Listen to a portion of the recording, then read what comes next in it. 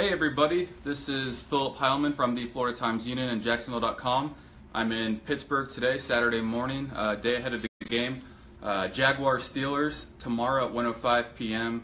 in an AFC Divisional round game. Yesterday I went through the sports section of the Pittsburgh Post-Gazette and thought I'd do it again today. This morning we got a picture of the Penguins on the cover, and it was interesting talking to my Uber driver on the way in. I asked him, is it more of a Steelers town? Is it more of a Penguins town? How do the Pirates factor in? And he said it's really more of a Penguins town these days, which I found really interesting just because of all the history and lineage that the Steelers have. But he said, 2 straight Stanley Cup titles. People are really fired up about the Penguins. They're not playing too well this year, but obviously they have Sidney Crosby, a lot of talent. So interesting to see, day before the game, the Steelers getting the centerpiece treatment. But another thing I found interesting today was above the fold, what else could happen? Stay tuned. And that is about the Steelers. And just a little bit of a satire. I'll just read a little bit here. Here are some possibilities that could happen. Antonio Brown is running routes against Chad Johnson in Point State Park Saturday afternoon to make sure his injured calf is ready for the game. Vontaze Burfict emerges from the shadows of Fort Pitt and clotheslines Brown. The video is posted on Instagram Sunday morning explaining why Brown hasn't arrived at Heinz Field. The writer goes on to joke, Ben Roethlisberger's son injures the quarterback during a game of two-hand touch, making Landry Jones have to start. Le'Veon Bell drops a rap album this weekend saying that he needs at least $25 million. So it's kind of a satire, but it does go to show sort of everything that the Steelers are dealing with, and it's kind of been a weird season. Obviously, we talked about yesterday, Le'Veon Bell came out and said that he'd consider retiring or not playing all of next season if he were to be franchise tagged again. That is a little bit of a distraction, but not too much. But also, of course, Mike Mitchell coming out and saying that the Steelers were definitely going to beat the Patriots in the AFC title game before they'd even played the Jaguars. So that made headlines. Also, of course, a horrible situation, but the injury to linebacker Ryan Shazier earlier in the season, terrible spinal cord injury, one that he's still working back from. So the Steelers are dealing with a lot, and I thought some of the comments from their players were sort of interesting. I'm just going to read a few of it here. Coach Mike Tomlin was asked Friday why his team thrives on drama, and Tomlin's response was, because it's not drama to us, it's created by you guys. Center Marquise Pouncey said, that's what the media gets paid for, baby. They're just doing their jobs. Anything you say this time of the year is going to get twisted and turned. It happens every year. People forget the same thing happened last year. There was adversity, changing people's words, not quoting the whole thing. It is what it is. It's laughable to us. We've learned how to accept it now. And, there probably is a little bit of truth to that, of course. The media, at least, from what I do in the Times-Union, you always try to get it right. You try to quote people as accurately as possible, but, there are people out there who are just trying to get clicks and who are just trying to, drive stories and that sort of thing. But, the Steelers are, as an organization, have a philosophy that the players are, allowed to be outspoken. Mike Tomlin encourages personality and individualism. And, I think last year when Antonio Brown had the whole video fiasco, video in a locker room conversation that Mike Tomlin had after the game, that's not fake news, and that's not, that has nothing to do with the media. It just kind of goes with the style that the Steelers have.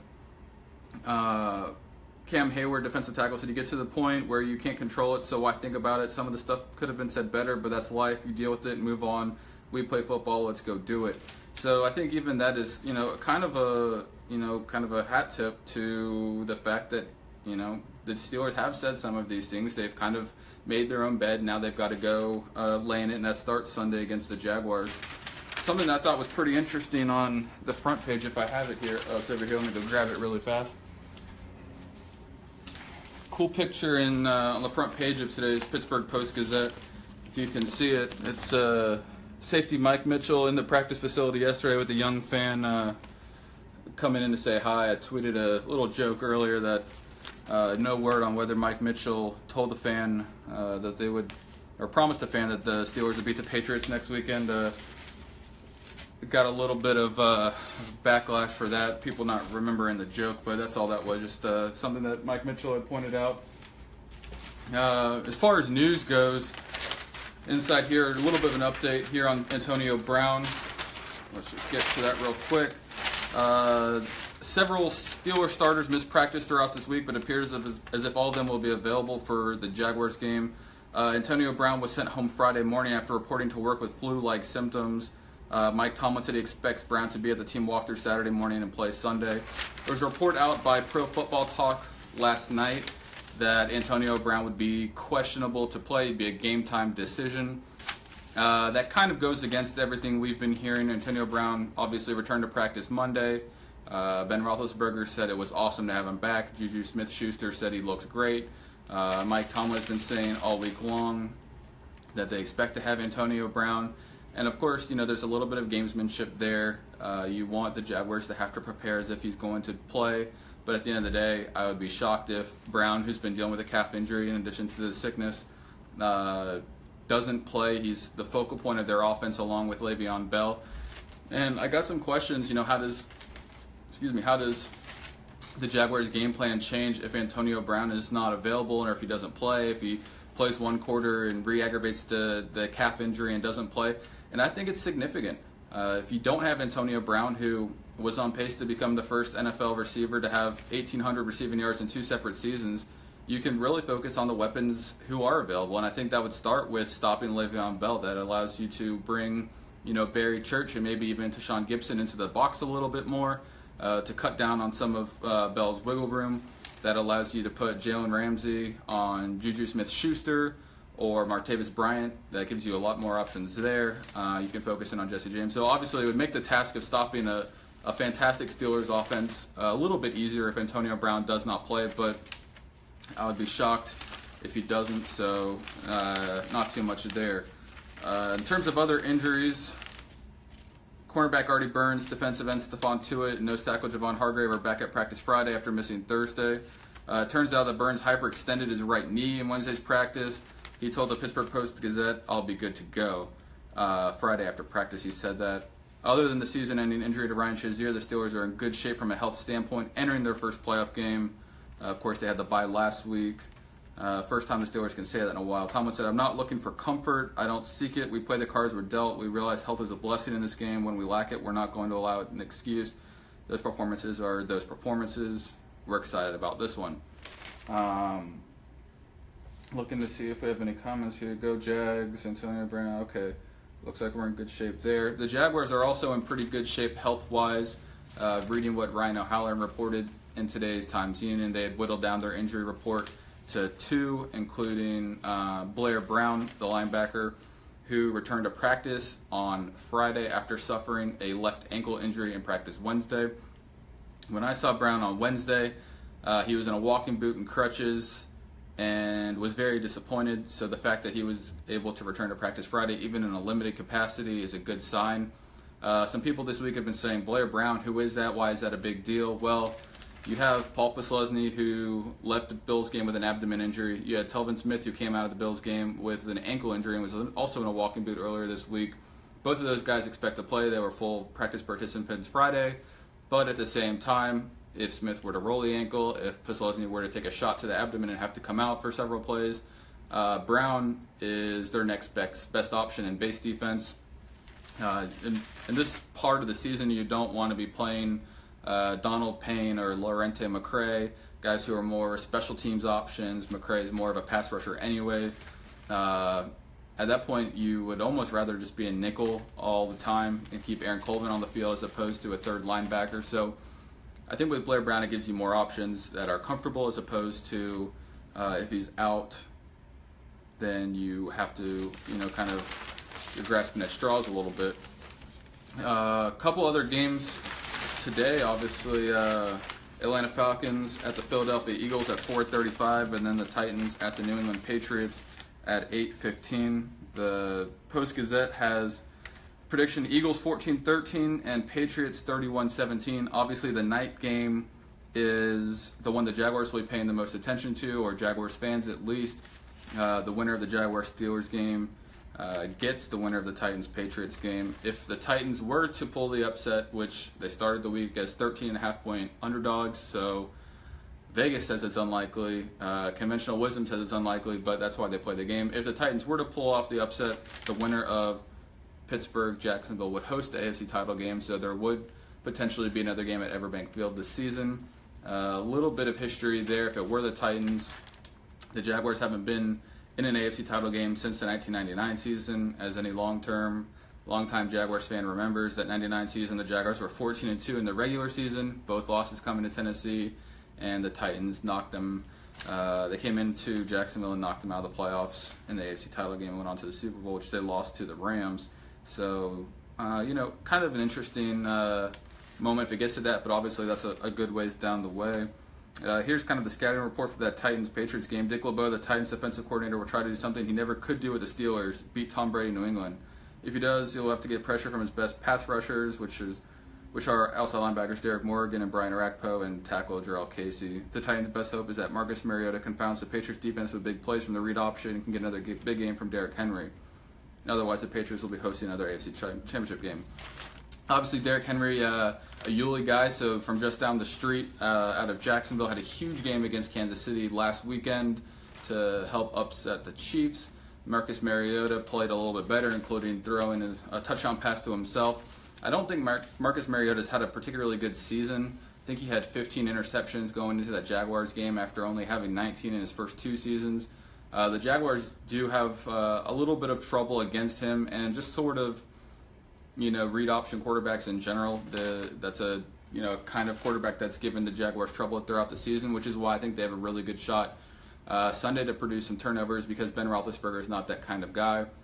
Obviously, he's won 2 Super Bowls. He's won a lot of playoff games. He's been in a lot of big moments, but at this stage in his career, I think this is his 14th season, he's not going to move around outside the pocket a whole lot. He's still pretty shifty inside the pocket to extend plays and that sort of thing, but he's a guy who likes to take chances. You saw that in the 5-interception game back in Week 5.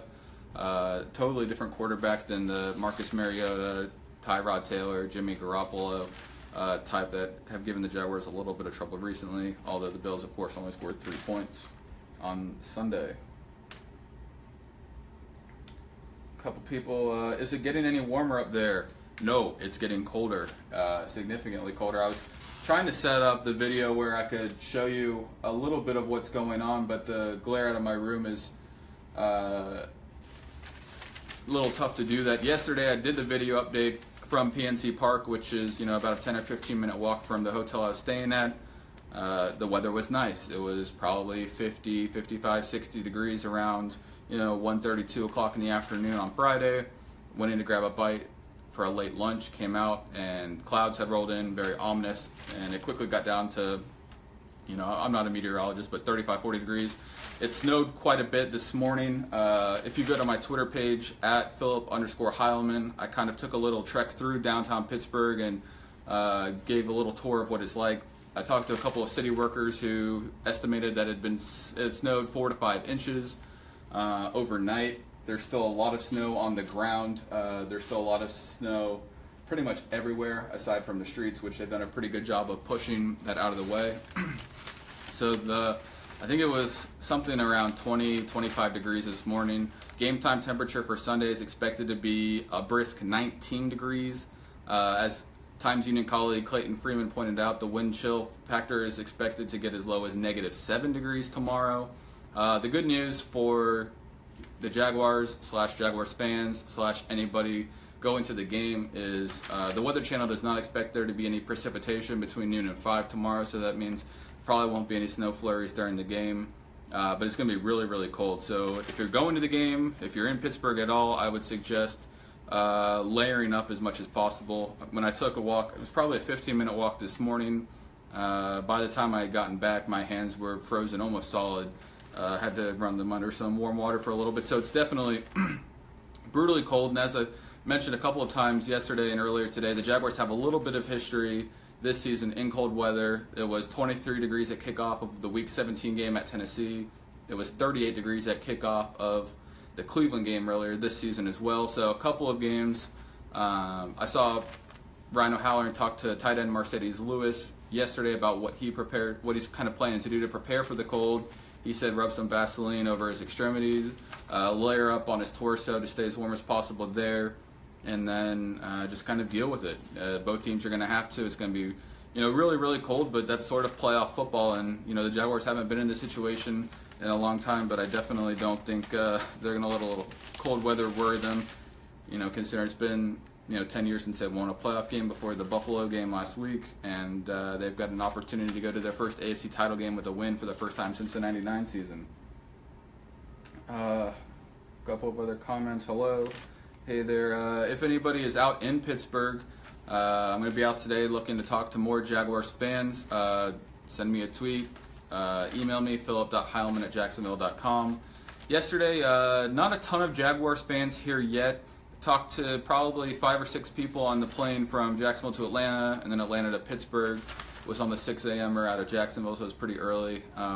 Circled around Heinz Field for a little bit in the afternoon and saw probably 5 or 6 other Jaguars fans who were kind of catching the sights and sounds of Pittsburgh a little bit. That's when the weather was nice, and of course, as I mentioned, it quickly got really, really nasty. I think a lot of people stayed inside. I had been getting a lot of recommendations to go to the Primanti Bros restaurant. There's a few of them here. I think that's how you pronounce it. Still trying to get all the details sorted out, but what was obvious is the food there is really, really good. Got the corned beef, an egg sandwich, corned beef, coleslaw, fries, tomatoes, onions, egg on it. It was delicious. My belt told me to stop eating, but my stomach said keep going, so I did push through. Probably won't eat again until next Thursday. But anyhow, yeah, Pittsburgh has been enjoyable city so far. We'll have a lot more coming up for you. Just a quick plug of some things we've been doing. In today's paper, I wrote about Steelers receiver Juju Smith-Schuster, 8 catches in the 4 games before he faced the Jags, and 25 in the 4 games to end the regular season. So Juju's playing a lot better. John Breed took a look at Leonard Fournette. We talked yesterday, and the Post-Gazette had a big story on how the Steelers need to stop Leonard Fournette. John wrote today and had some comments from Leonard as to how he wants to get back on track. Only 2 100-yard games for Leonard out of his last 8, not including the 3 games he did not play in. So a little bit of tough sledding for Leonard Fournette in the offense. In the paper, in Sunday's Times Union, and I think online now at Jacksonville.com, Ryan O'Halloran has a really good story, sort of an inside look at how the Jaguars came to getting defensive end Calais Campbell, cornerback A.J. Boye, and strong safety Barry Church in free agency. Kind of 3 guys the Jaguars immediately went after in free agency. Some good stuff from inside the organization as to kind of how it played out, how they came to those 3 guys, and how those 3 guys fit in before the season, during the season, and sort of this is why you got them to face the Pittsburgh offense that has Le'Veon Bell, Antonio Brown, a lot of other good options. So definitely keep reading the Florida Times Union, Jacksonville.com. Look for us on Twitter. We'll be on social media throughout the weekend. Obviously, a lot of coverage. We'll have Gene Fournette here as well and John Reed. Those 3 guys are expected in Pittsburgh in the next few hours. So big game on Sunday, 1:05 kick, Jaguars, Steelers. We'll have more updates. But until then, thanks for reading, thanks for watching, and have a good one.